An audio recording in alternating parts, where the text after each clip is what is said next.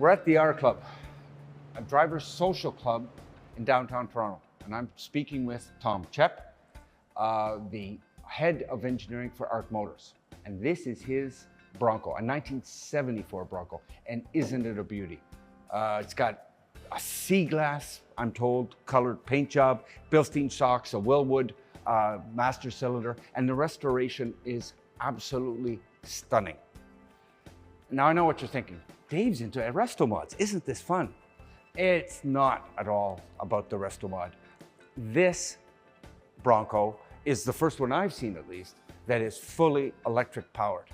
And Tom is the guy that engineered it. Well done, Tom. Thank you, David. Okay, so first off, who did the restoration? If you didn't do it, I mean, really, it's stunning. So who did it? So we partnered with a shop out in Calgary, Legacy Speed and Body, and they really specialize in the really fine restorations of classic vehicles. Now, did they, where does it come from? Was this something they already had? Did they find it in a field? I mean, exactly where did it come from? Oh, yeah, you nailed it. We found this in a field in northern Alberta, completely rusted, abandoned, and forgotten about. So we brought it back to life. And this, the car is electric. Yes. Obviously a rarity, something all new. You had to re-engineer it from square one. Mm-hmm. Exactly, where's the motor? I think it's back here somewhere, isn't it? It is. We determined the best placement would be in the transmission tunnel so that we could still connect to the original drivetrain without too much modification. And because the electric motors are so small, it fit nicely in there, which left a lot of room in the engine compartment to put more batteries. So basically, the electric motor and its transmission, probably, correct? Yes, that's right. Okay, are exactly where the transmissions were. So the whole prop shaft differential equation is basically roughly the same as it was stock. Generally untouched, yes. So in other words, you didn't have to completely re-engineer the Bronco to put in the electric powertrain. That's right. We didn't want to go that far in the conversion. We really wanted to keep it practical, and if they truly wanted to, you could reverse it and make it a gasoline-powered vehicle. So you could actually put it back? You could. Yep. None of the modifications have been permanent? That's right. We engineered it to use the original mounting points of the engine and transmission.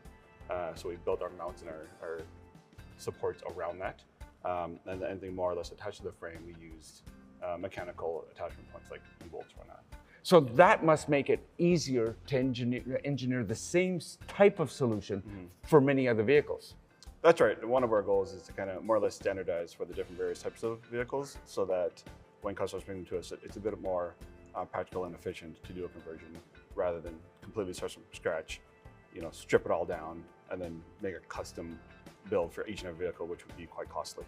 So if it had something with like a body on frame like this, and it had all-wheel drive, differential both ends, or rear-wheel drive, yes, basically the same superstructure and engineering would be involved, correct? Yeah, exactly the same. Yeah. Yep. Yeah. So we try to make it so that there's an attachment point or a connection point from new to old, where we that's where we put the new, and then it brings into the old drive system. Yeah. So I'm guessing something like that car right there with the engine, way in the back. That's all new engineering then, right? Yeah, that would be a completely new design. And once we did one, then we would have something that we could apply to future vehicles. So if I'm understanding this correctly, Mustang easy, Porsche 911 hard. Hard in various ways, yeah. Yeah, they're all kind of hard with what you try and fit into it as we talk to the customer to understand what they're looking for out of it, the range, the capacity, the horsepower, those kind of specifications. The biggest factor, as you can put, is really the physical constraints and the original design.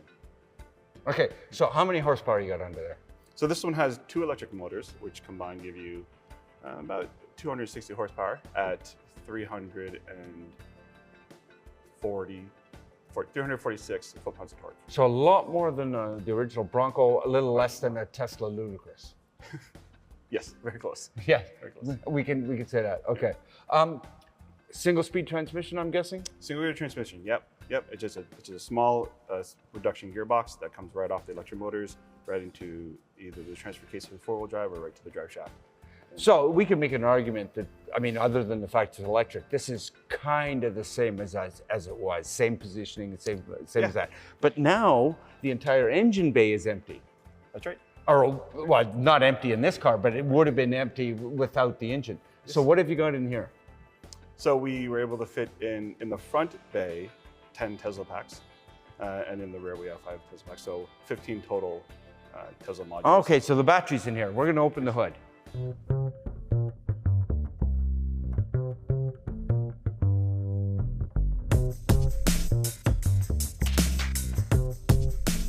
This is at least part of the battery, is that right? It is. Yep, the front portion. So you told me, you used a word I hadn't heard that much before, upcycle. Yeah. Where does the battery come from? So they come from salvaged and scrapped Teslas. Really? Yeah. You get the individual modules, and then you build them into your own battery. Exactly. Okay. Yeah. We received them in a giant crate, all separated, and then we had to figure out the board connections and all the individual cell connections and all wired back into the battery management So, system. I mean, you get into cells, but that's just the modules. That's just the basic batteries. To make a battery, you have to wire all those modules together, and then you have to build a cooling circuit and a temperature monitoring circuit as well, right? That's right. Yeah. You build that all yourself? So the Tesla modules come sort of pre-wired with thermistors, is what the industry calls them. It gives a variable resistance to temperature, and then we take all those wires and then we tap into each cell to give us the voltage, and we all wire that all back into the battery management system. Yeah. That monitors and controls all of that.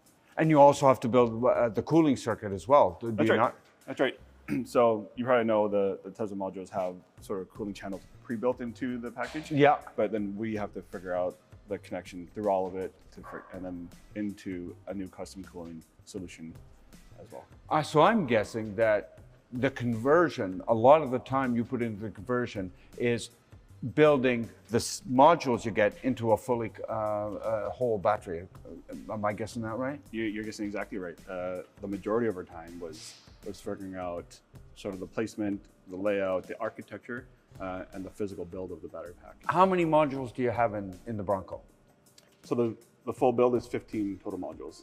Okay. At 5 and a bit kilowatt hours each. So we're about 75 to 78 kilowatt hours total in this vehicle. And the original Teslas had about 80 kilowatts, I think, right? Yep. Okay.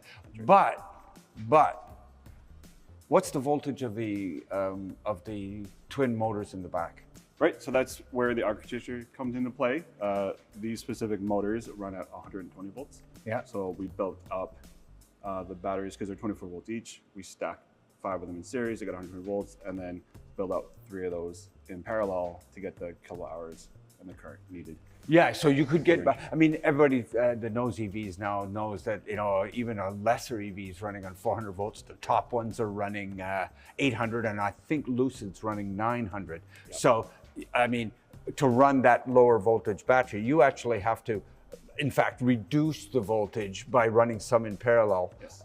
Compared to the original Tesla that it came from. That's right. Okay, Exactly right. That's cool.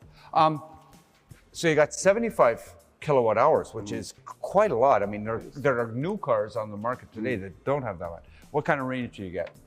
So because this is quite a large and bulky sort of flat vehicle, we do estimate around 2 to 5 kilometers per kilowatt hour. Yeah. So a good estimate for range is a bit over 300 kilometers. Which is probably more than anybody is ever going to do in a pristine 1974 Bronco, whether it's gas powered or electric powered, right? That's right. If the owner of this, they're going to take it to the country club. If they're going to go on a stroll, if they're going that far with it, I would wonder if something was wrong. Yes. Yeah. Well, and that comes possibly down to the only thing I can, not a downside, but limitation, is because you're running, was it 124 volts? Yeah? 120 volts, yeah. Yeah, 120 volts. The charging probably isn't that quick, is it? That's right. Because you're at that voltage level, you can't unlock the DC fast charge. So we're stuck at a level 2 charge, and this one comes equipped with 6 kilowatts of charging capability at 75, 78 kilowatt hours, 12 to 13 hours to fully charge. So overnight? Overnight. So basically, I mean, as long as the country club's within 300 kilometers there and back, everybody's going to be happy. Yeah, and they're not taking this out every day. It's not a daily driver. You're gonna have the window to have it sit in charge. Okay, so the car was restored when you got it. Yes. How many hours have gone into building this one? So I think start to finish in the full-time build was about 2 months. There was about 6 months ahead of that of part-time prep work. Yeah. Yeah. More importantly, this is the first one, right? It's the first one. Okay. How much time, how many hours would it take to repeat the process with another Bronco? You know, that's a great question. If we had all the parts ready and we just started knowing what we knew into building this, probably a couple of weeks. Really? Yeah. Really? If we just repeated the exact same thing, yeah, it'd be a couple of weeks. Okay, so all of this, you got to buy the batteries, you got to buy the electric motors, there's inverters, there's the new booster. How much does it cost to convert a Bronco so that there's no tailpipe emissions? So we started about $75,000, and the majority of that cost is in the batteries. You can, and it fluctuates from there depending on what you want for performance, range, capacity, etc. But a good starting estimate would be $75,000. Like everything, all the money's in Tesla, right?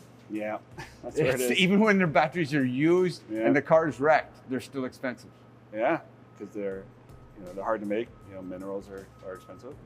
And you build these things right here in Ontario, don't you?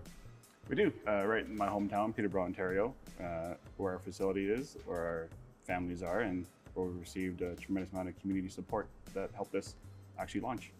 Was there some kind of funding? Is there a building? I mean, how did you get it off the ground? Yeah, so we reached out to many arms of funding opportunities, but the one that latched on was Community Futures Peterborough, and they supported us right from the very beginning through funding, through marketing, through connections that really made this a reality. Yeah, it's kind of hard for me to think of Peterborough as a hotbed of electric vehicle technology, but maybe you'll prove us all wrong. I mean, it is the electric city. That's what it's named as. Yeah. And eventually, how many do you hope to build of these in a year? Do you like, is this going to remain just a small family business thing? Are you going to build 2 a month? Are you hoping to scale it up a lot from there? What's the dream? Yeah, so the dream is to have enough under our belt that we can just sort of become production with them, so that we have a tailored fit for kind of every kind of vehicle that comes through the door. Yeah. So we hope to do, 5 or 6 a month.